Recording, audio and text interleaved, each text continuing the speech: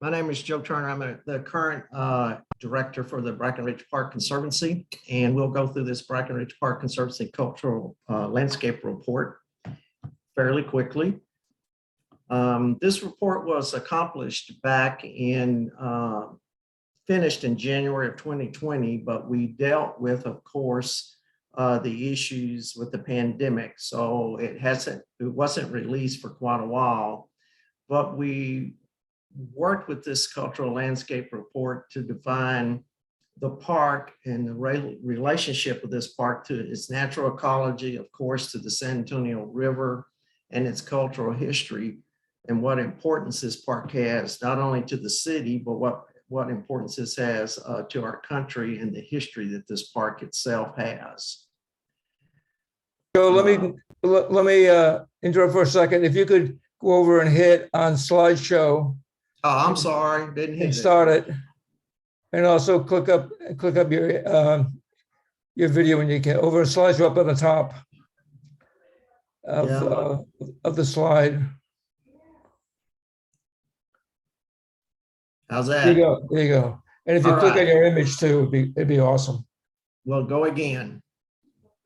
So the master plan was completed, like I said, in 2016, the city did, and the master plan had three main goals in it, as you can see here: improve water quality, restore and preserve the cultural and historical features of the park, and then increase the park visibility with pedestrian access. The Conservancy at that time moved forward in 2018 in a partnership with the San Antonio River Authority, who is a huge partner in this process, along with the city of San Antonio, commissioned this the cultural landscape report as the next step of understanding the park and the cultural features of this landscape.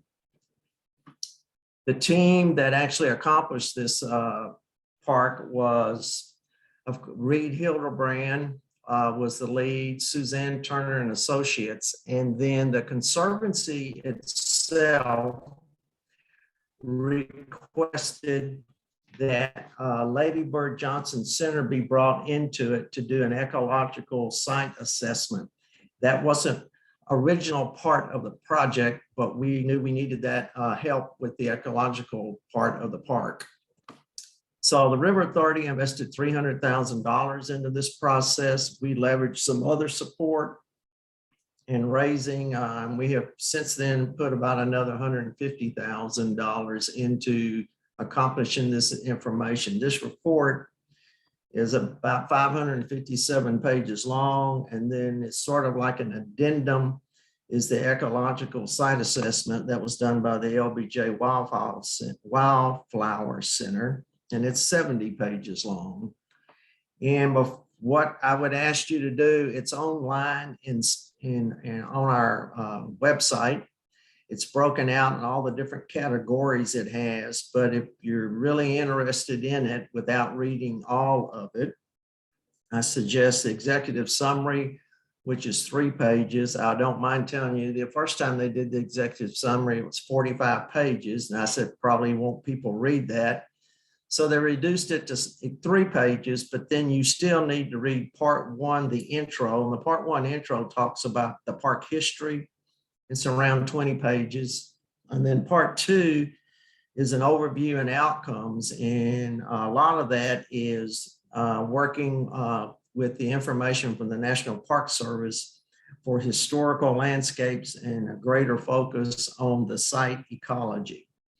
And so exactly what is, you can see, you probably have read by now, me talking, what the cultural landscape report is. And it's a document that analyzes our site that we have. We understand, that this site has been inhabited for probably 12,000 years.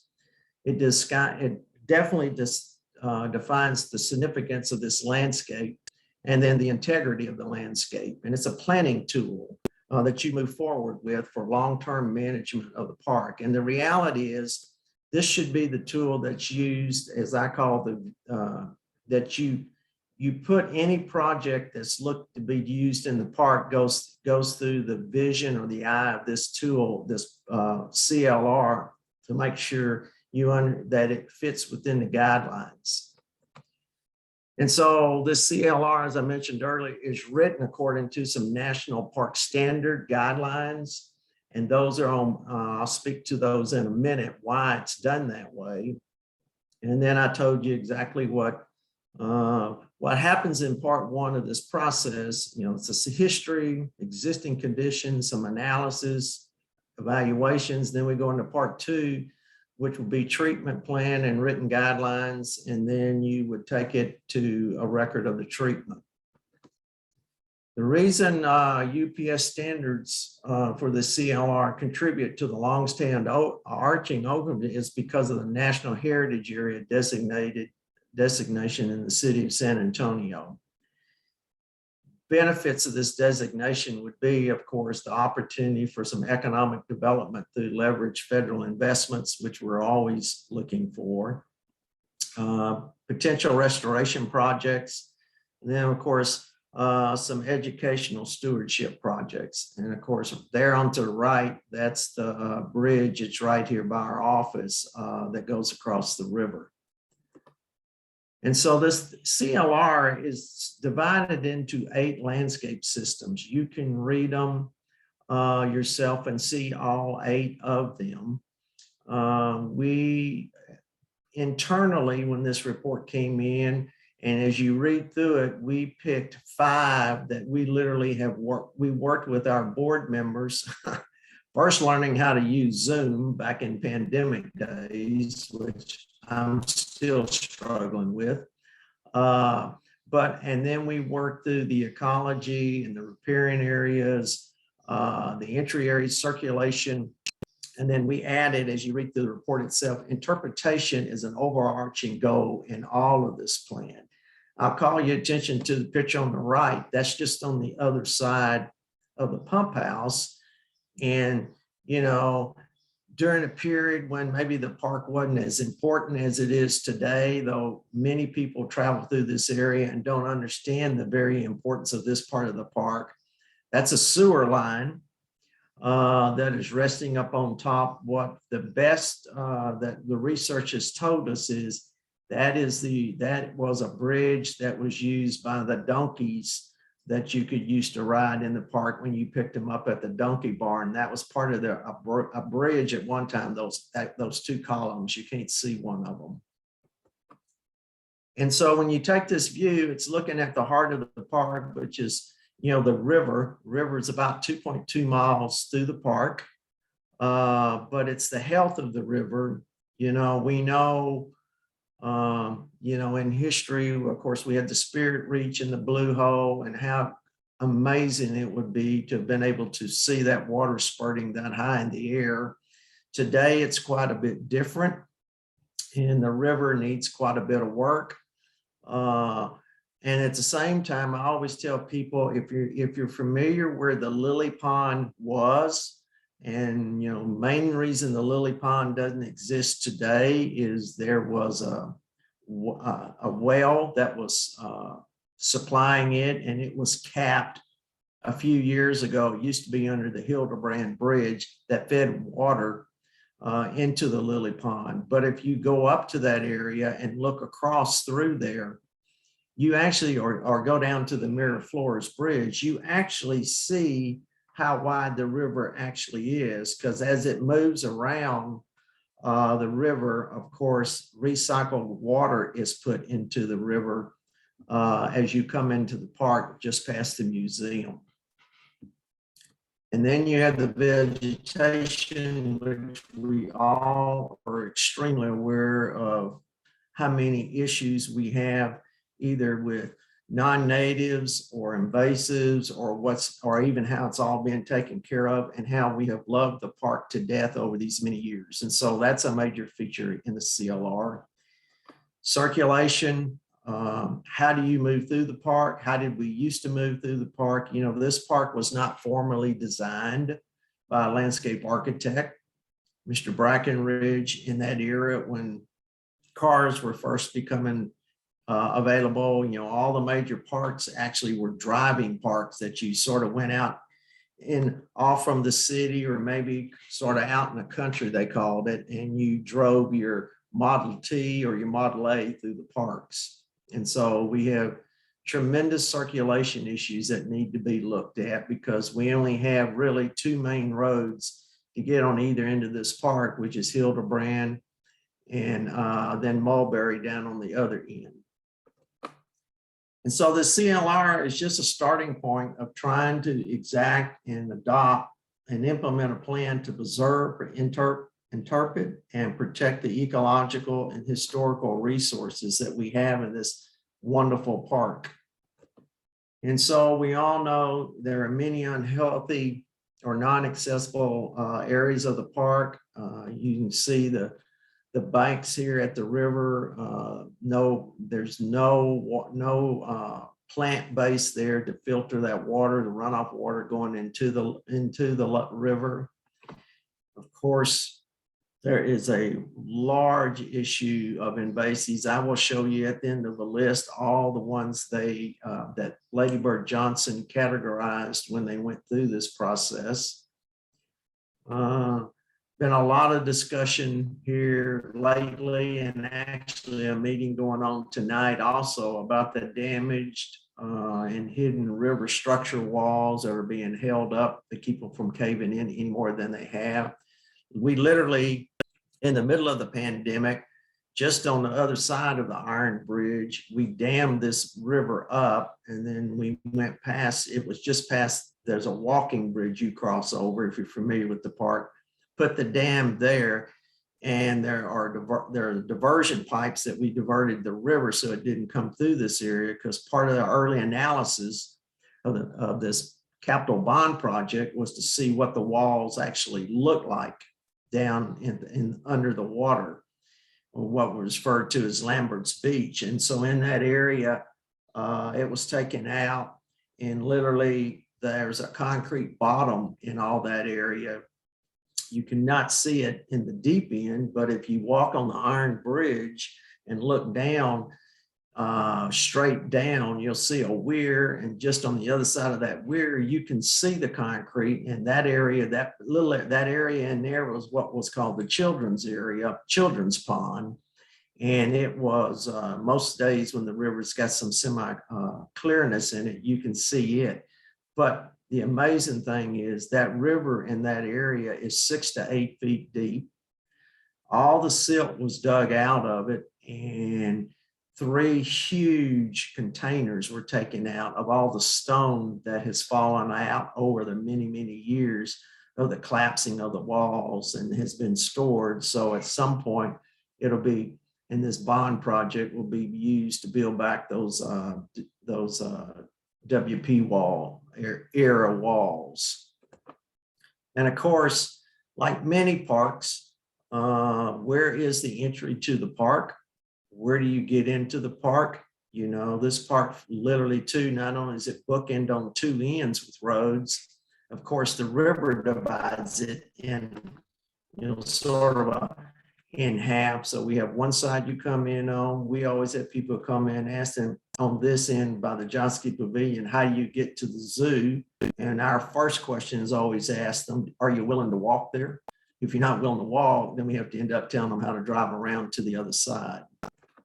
And of course, we have the zoo, who has a boundary, and the zoo struggles with many issues there. And one of Tim, who's actually the director of the zoo, one of Tim's biggest issues that he struggles with is the zoo does not have a back ring row in the facility of the zoo. So they have to use this area outside the zoo, which to move traffic, to move trucks, deliveries, and a lot of work is going on to see how we can work together to, first off, give him the ring, sort of the ring back area he needs to do daily business in that park in the back of his house. But at the same time, these areas where we don't have to look at the back of a building, is it possible to take these slats out so actually we can actually see into the park, and the people in the park could see out into Brackenridge, particularly up in this 2017 capital bond area. And of course, the acequia, you know, I don't mind telling you, I had no idea what an acequia was till I came to work here. And then, of course, we had the, you know, the Upper Labor Dam at the Lily Pond, which is a 1776 dam. And then literally it's buried, but then, and on top of it is also the Confederate dam that was built when they enlarged all this area, when this area back here in this all area was a tannery for the Civil War. And so this is just showing a picture when they were excavating some of the dam, trying to understand what was there based on way above my grade level, but looking at the difference in the different type stonework so they could determine which period it was from. The other thing that the Capital Bond Project will do is, once again, if you up in that area, you'll see there's a fire hydrant, and that you can sort of see the wall, the pipe down there. It was just put right through this historical dam. And the plan is to move it out of that area also. And then of course we have the Pup House, which is one of the oldest buildings that was, you know, of this type that was built when this was actually the water used as the water supply. I'm sure most of y'all know, but you know, there were pumps, and those pumps, the water came through on the other side of Raceway, it came through here, and there were pumps, and of course it pumped the water up to a basin in the botanical garden area, and that was used to send water to downtown San Antonio. So all these structures need to be put back in their, you know, in properly condition. And so the river is a big part of mine. I come from Houston, and we did a tremendous amount of work along the bayous with Harris County Flood Control. I did when I was there. So Sarah, San Antonio River Authority, is, you know, a huge partner in this park, and it's a big piece is trying to establish these riparian buffers within the park. You know, the park has natural edges, and it has hardscape edges, and so, you know, it's a long-term process of how we work to establish a system to manage this riparian area and get it back to where it's healthy again, but at the same time build it to a point to where that the public can still have some access to the river, because that's why they come, is to see the river. And at the same time is to figure out how we manage stormwater moving through this river. We were lucky enough last year, I think it was completed, our annual meeting was in January. So it was completed basically last year. I requested if could we do a study on the river with Sarah, and Sarah ended up doing most of last year. They did a drainage study on the river, and literally what it was to capture all the points of where the runoff is coming into the river itself, so we can have a starting point to know what kind of runoff and where it's coming from. It's a fabulous study. If you're familiar with the low water crossing, and you're familiar with the hill, or we call it the sheep drain that comes by the entry of the zoo, that sheep drains straight into the river right there. Well, some of that water is coming almost at the top of Trinity University from a movement down because it's coming down the hill. And how do we build lid features in there to try to clean and slow this water down and clean it before it drops into the river? And then Catappa Persian, you know, Persian, what could it be long term? And then of course, you know, there's, you know, a project that the Corps has looked at over on at the old Avenue A, trying to expand the buffers on the park side and trying to take out all the invasives and make it usable, because we're ending up with hard banks. And of course, hard banks eventually are just going to kill what trees we want will be killed. And so this is just a picture of a pilot project that could possibly done. We were going to try to do one last year, and instead with Sarah, and instead we refocused to first figure out where all the runoff was coming into the park from this drainage study, which I think is a better way to have done this, start our first little initial project, because the River Authority has got, you know, or the Corps has the Avenue A, and then, you know, the Corps, the River Authority is also trying to work with the Spirit Reach now up under Hildebrand, and the parts we're doing, it's just made more sense to do the runoff study first before we try to do a pilot project of trying to put some riparian buffer zones in. And then this is just an example of what we could happen, you know, from a immersion and electrical ecological interpretations of what people are seeing in the park. And this is, you know, what's that Ladybird put in their program, just showing some examples of what could be done. And so our future efforts at the park are pretty much to restore, you know, to a greater level, the park's ecology. We've got to, you know, hang on to our hometown use in the park, and how do we make it compatible with the park, and then build a long-term plan to manage this park from a user standpoint, from an ecological standpoint, from a history standpoint.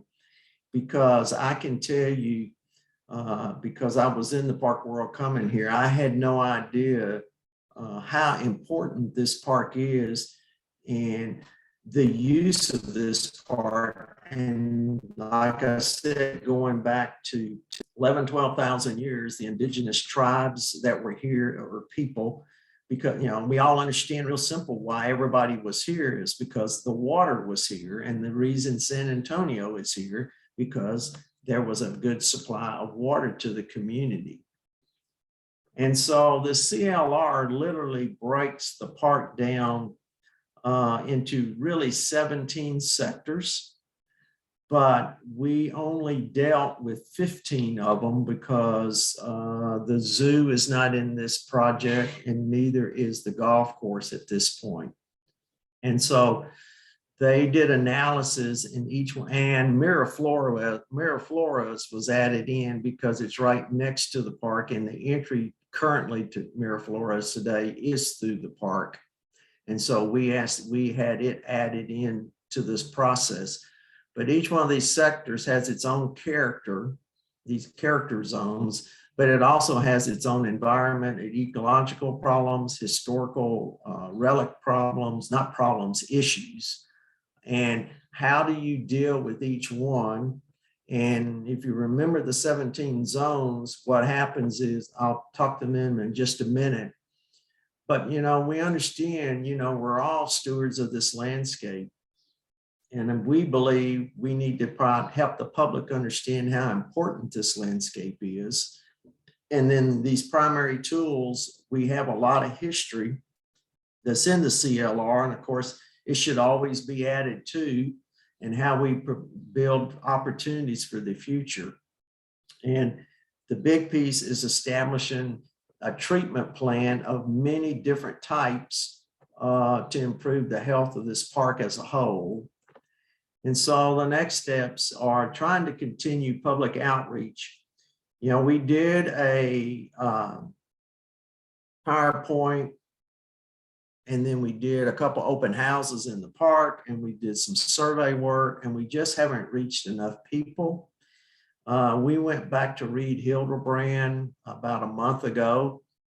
We sent them all the information that we had used trying to communicate the CLR, and they have done a first dive down into it. We talked with them again, actually last week, and they're working on, and what we're asking them to provide for us is a framework to give us a better plan to how we can bring the community in to understand the real importance of all the features that are in the park versus the one or two pieces they use in the park, and how important it is, and then start a priority system as a starting point. And quite honestly, I advise that we look at the river to the best of our ability as a starting point, because the city understands the river, and all the work has been done on the Mission Reach and the lower reaches and all, is to take that same importance and apply it to the 2.2 miles in the park, whether it's from a riparian restoration work or the hard bank parts in the park, and then start the National Register nomination to bring it up to date, which we have done some work. We don't think it would be that much. It's just, we're a very small organization, and we get drawn off sometimes some of what the work we're trying to accomplish. And so then begin the exploration of what everyone wants would be this national heritage destination. I will tell you, I worked on one for 10 years in Houston, and we're not there yet, but they're still continuing to work on it. And so I am certainly not a plant expert, but what you're looking at, I know it's hard to see, but it's in the book, in the one that Lady Bird Johnson Wildflower Center did. There are 3 graphs like these, and literally what they do, these graphs they go through, and what they do, they mark, native, non-native, invasive is what they're marking, and then it's all done by each sector. And they did all this over about a 5-day period in July of 18. And then they came back again and reviewed what was here. And so my answer would be to update it would probably be pretty simple. We have more invasives than we had in 18. It would be an easy guess on my part. And I'm going to quit with it right there.